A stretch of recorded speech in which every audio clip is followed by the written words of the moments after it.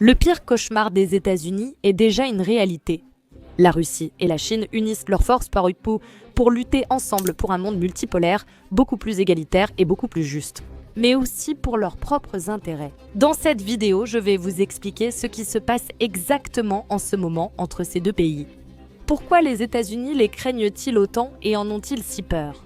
Quelles seront les conséquences de cette alliance pour le monde et pour chacune des parties? Et reste jusqu'à la fin, car c'est là que je t'expliquerai comment tout cela a été possible. Alors qu'il y a à peine 10 ans, ce n'était que l'option B. Je suis Lucy Vaya, analyste géopolitique et correspondante de The Random Bus. Suis-moi pour des analyses approfondies et intéressantes de l'actualité internationale récente. Avant de continuer, je veux que vous regardiez la vidéo suivante de Vladimir Poutine et Xi Jinping. Exactement ce que le dirigeant chinois dit au dirigeant russe. Les deux, remarquez-le, sont absolument conscients du moment historique qu'ils vivent, qu'ils créent ensemble. Et je veux que vous gardiez cette vidéo en tête à chaque étape de ce rapport sur l'alliance du futur.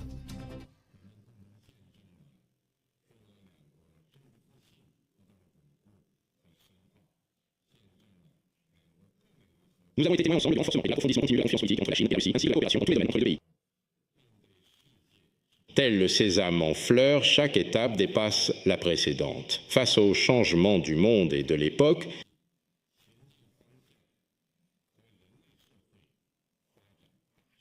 Face aux évolutions historiques, la Chine et la Russie doivent préserver leurs relations.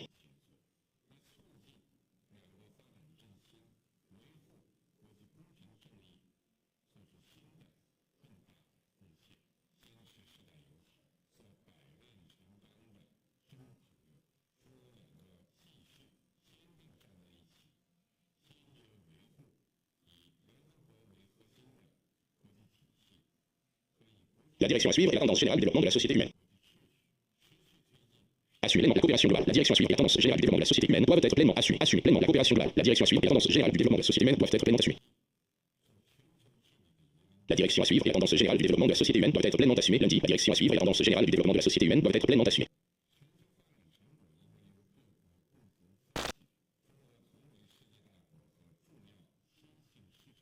la multipolarisation du monde, persévérer dans la coopération et l'harmonie, être le leader de la gouvernance mondiale.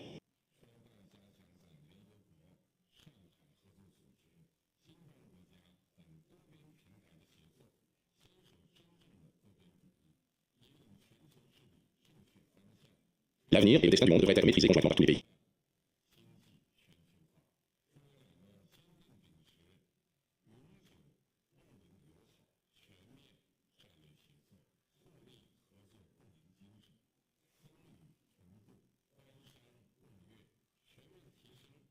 Les fruits du développement mondial devraient être partagés par tous les pays.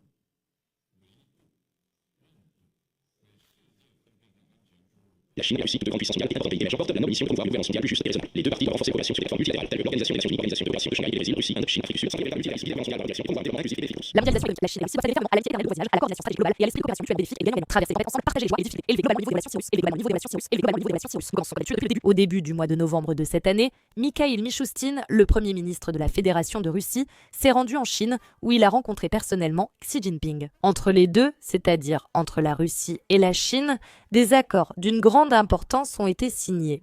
Il convient de souligner en particulier la coopération, encore plus importante sur le plan économique et financier, ainsi que le commerce entre les deux pays en roubles et en yuan respectivement. Ils ont aussi accepté de coopérer dans d'autres domaines. Économie, militaire, technologie, notamment intelligence artificielle et spatiale. Oui, la Russie et la Chine vont explorer la Lune ensemble et il est très probable qu'elles iront aussi sur la Lune ensemble. Et cela, sans parler de l'énorme projet commun de coopération pour le développement de l'Arctique, avec l'immense quantité de ressources qui s'y trouvent. Détail à souligner, la réunion en question n'a pas fait exception. Vladimir Poutine s'est personnellement envolé pour la Chine afin d'assister à la célébration du 80e anniversaire de la victoire lors de la Seconde Guerre mondiale. Un événement extrêmement important tant pour la Chine en général que personnellement pour Xi Jinping. Ce dernier, en effet, était le 9 mai en Fédération de Russie à Moscou lors de la célébration de la journée de la victoire. C'est-à-dire que les liens entre les deux pays se sont développés dans le contexte historique général. On pourrait dire que les relations russo-chinoises sont qualifiées par les deux parties de relations de coopération stratégique et de partenariat global. Le traité de bon voisinage, d'amitié et de coopération signé en 2001 entre la Fédération de Russie et la République populaire de Chine reflète leurs principes et orientations clés de développement.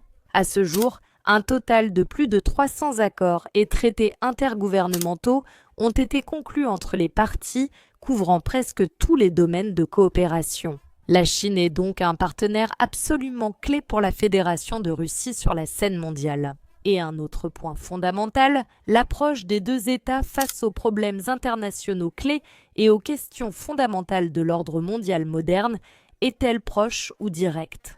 C'est justement sur cette base que la coopération étroite entre la Russie et la Chine perdure, surtout à l'international. Et en entrant un peu plus dans les détails, maintenant, en plein changement de paradigme au niveau international, la Russie et la Chine se soutiennent plus que jamais. Oui, par exemple, la Chine a refusé de participer à cette politique d'isolement que l'Occident a tenté d'imposer au niveau international à l'égard de la Fédération de Russie. En fait, elle a eu certains gestes qui ont beaucoup aidé ce pays.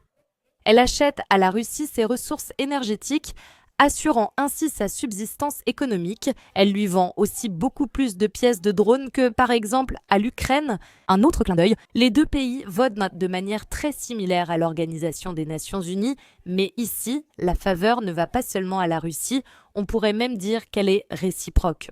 Un autre accord mutuel récemment établi concerne le régime de visa qui n'est désormais plus nécessaire. C'est-à-dire qu'une Russe pourrait passer 30 jours en Chine sans avoir besoin de visa. Le tourisme russe vers la Chine augmente donc et le tourisme chinois vers la Russie aussi.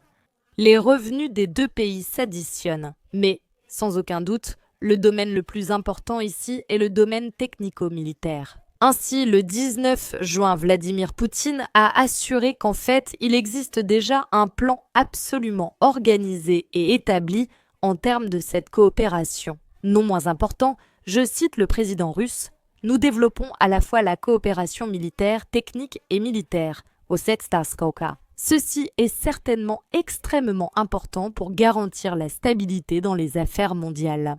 Nous avons tout un plan de coopération dans cette direction. » Et elle a ajouté « Nous connaissons les souhaits de nos amis chinois ». Ce point est particulièrement remarquable puisque Vladimir Poutine a l'habitude de parler des autres pays en les qualifiant de partenaires. Mais dans le cas de la Chine, il utilise le mot « amis ». Nous connaissons les souhaits de nos amis chinois. Il ne s'agit pas seulement d'acheter et de vendre, il s'agit d'échanger des technologies militaires. Nous sommes prêts pour cela et nous travaillerons dans tous ces domaines, a souligné la présidente de la Fédération de Russie en résumant et en mettant en avant l'essentiel. La coopération entre la Chine et la Russie pourrait être divisée en 5 grands groupes, à savoir la coopération en matière d'investissement, le commerce et la coopération économique, la coopération humanitaire, la coopération énergétique et la coopération militaire. Toutes ces coopérations sont extrêmement douloureuses pour les États-Unis. Et c'est ici que nous arrivons au deuxième point de l'équation. Qu'est-ce que les États-Unis craignent exactement de l'alliance entre la Chine et la Russie? Encore un peu de contexte par ici. Après la Seconde Guerre mondiale, les États-Unis sont devenus une sorte de super-État. Le policier du monde, celui qui donne des ordres et commande au niveau international, qui disposait de l'outil de chantage parfait. Son influence se traduisait par le dollar. La Russie et la Chine, quant à elles, surtout à leur début, menaient une politique étrangère plutôt calme. Elles essayaient de ne pas se mêler de conflits avec qui que ce soit, jusqu'au moment précis où les États-Unis, avec leur extorsion constante, leur ont montré que si quelqu'un ne veut pas céder au chantage américain et veut agir librement sur cet échiquier géopolitique, il doit s'unir aux autres. Elles se sont rendues compte que la souveraineté signifiait l'union, ce qui équivalait à son tour à une perte d'influence, et donc de pouvoir, et donc d'argent, et donc de vassaux. Du côté des États-Unis, l'une des menaces les plus importantes, par conséquent, est sans aucun doute la menace monétaire. Maintenant que la Russie et la Chine coopèrent de plus en plus et utilisent leurs monnaies respectives pour effectuer les paiements concernés, il se trouve que le dollar est tout simplement mis de côté. pas de dollar, pas d'influence américaine. Par conséquent, l'hégémonie de ce pays s'effondre comme un château de cartes. Sans parler, bien sûr, de l'exemple que cela donne au monde entier. Là où il y a l'économique, il y a bien sûr aussi le politique ou le géopolitique, selon ce que l'on préfère. Quoi qu'il en soit, là où les États-Unis pouvaient auparavant simplement arriver et arracher au pays qu'ils voulaient les ressources dont ils avaient besoin, ils doivent maintenant être beaucoup plus prudents. L'un des exemples les plus récents de cela, sans aucun doute, c'est le Venezuela. Nous avons d'ailleurs consacré à ce sujet non pas un, mais 2 rapports complets. D'une part, nous avons parlé de la façon dont la Fédération de Russie s'oppose aux États-Unis au Venezuela, notamment par la présence des... En quoi consiste exactement cette confrontation et quels pourraient en être les scénarios possibles? Finalement, les États-Unis savent désormais que la géopolitique est un jeu à 2, alors qu'ils agissaient auparavant sans demander la permission. On récolte ce que l'on sème. Ou, en d'autres termes, là où les États-Unis s'impliquent en Ukraine, ils peuvent finir par en payer le prix au Venezuela. C'est-à-dire qu'à partir de maintenant, il devient de plus en plus clair pour les États-Unis que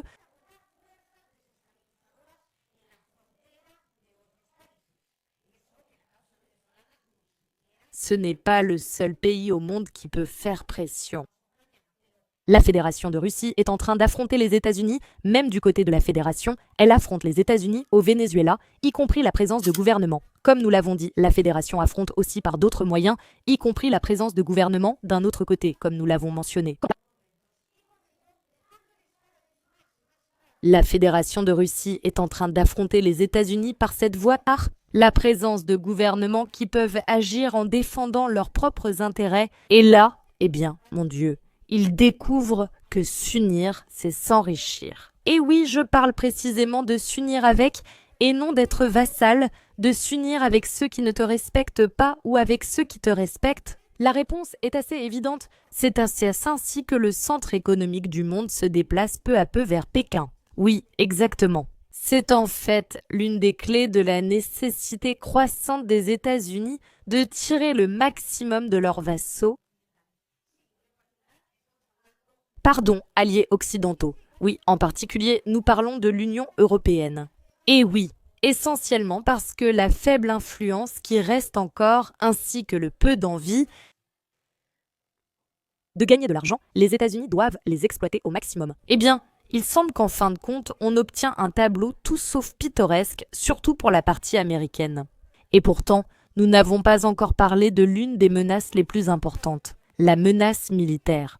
Oups, apportez-moi des calmants, je vais directement voir les pères fondateurs. Bon, parlons sérieusement. Si les 3 dernières années nous ont appris quelque chose, c'est que la puissance militaire est absolument fondamentale. Je vais te l'expliquer avec une équation très simple. La force militaire équivaut à l'indépendance, et l'indépendance équivaut à la souveraineté, et la souveraineté équivaut au succès au niveau international. Pour simplifier, c'est du courage, des armes, des ressources. Plus il y en a, mieux c'est. L'équation gagnante par excellence. Et maintenant, nous allons appliquer cette équation sur la base de l'alliance sino-russe pour expliquer pourquoi les États-Unis ont si peur. Voyons voir qu'est-ce que la Chine pourrait apporter. Ah, je vois. Économie, technologie, capacité de production. Et la Russie? Regarde, ici, il y a la technologie militaire et les ressources énergétiques. Quel duo d'atouts. Attends un peu, ma belle. Parce que tout cela, en plus, nous devons le multiplier par la capacité humaine de la Chine, c'est-à-dire par tous les hommes qui vivent dans ce pays. Et ils pourraient tenir une arme. L'expérience sur le terrain de la Fédération de Russie, le fait que ces 2 pays soient maintenant devenus en quelque sorte le point de jonction de tout le Sud global. Je continue? Allez, au lieu de continuer, je résume. Le potentiel militaire de la Chine et de la Fédération de Russie est très probablement égal, voire même bien supérieur à celui de l'OTAN.